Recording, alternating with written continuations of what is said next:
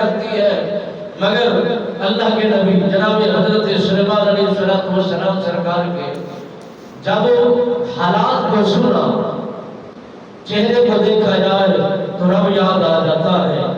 گفتار کو دیکھا جائے تو مٹھاس یاد آ جاتا ہے، کلام میں دیکھا جائے تو ایسی چاشنی رب نے رکھی ہے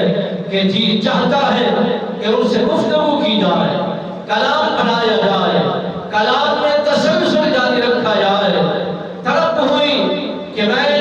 ان کی دربار میں جا کر انہیں سے کلام کرنا چاہتی ہوں، اور حضرت سلیمان علیہ السلام سرکار کی بارگاہ میں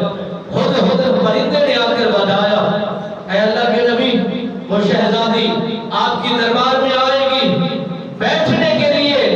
اگر اس کی شان و شوکت کے مطابق تخت رہا تو بیٹھے گی، اگر نہ ہوا تو بیٹھنا پسند ہی نہیں کرتی، اور پھر آپ اگر چاہتے ہیں تو اس سے پہلے اسی کا تخت منگا کر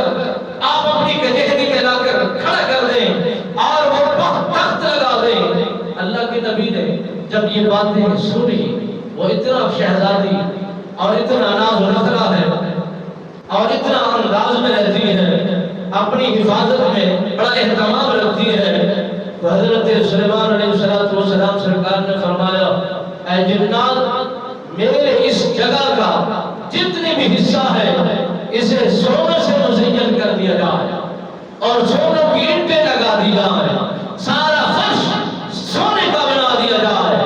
آنے والی شہزادی کو یہ معلوم ہو کہ جس کی دربار میں ہم جا رہے ہیں کہ یہ کوئی عام انسان نہیں، ایک دو اینٹیں بیچ کر میں خریدنا چاہ رہی تھی، میں اپنی دربار میں انہیں بلانا چاہ رہی تھی، مگر یہاں تو نظام کچھ الٹا ہے،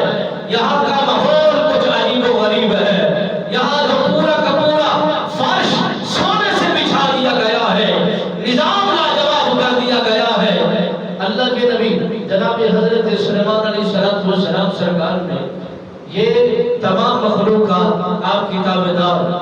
آپ کی حکمران، آپ کی وفادار، آپ کے حکم کا اشارے کو ماننے والی،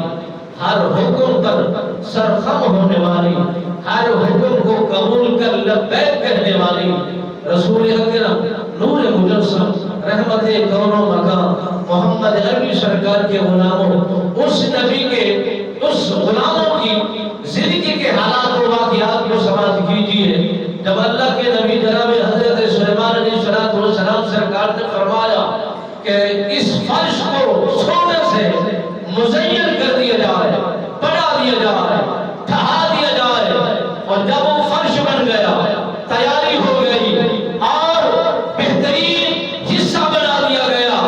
اللہ کے نبی جناب حضرت سلیمان علیہ السلام سرکار نے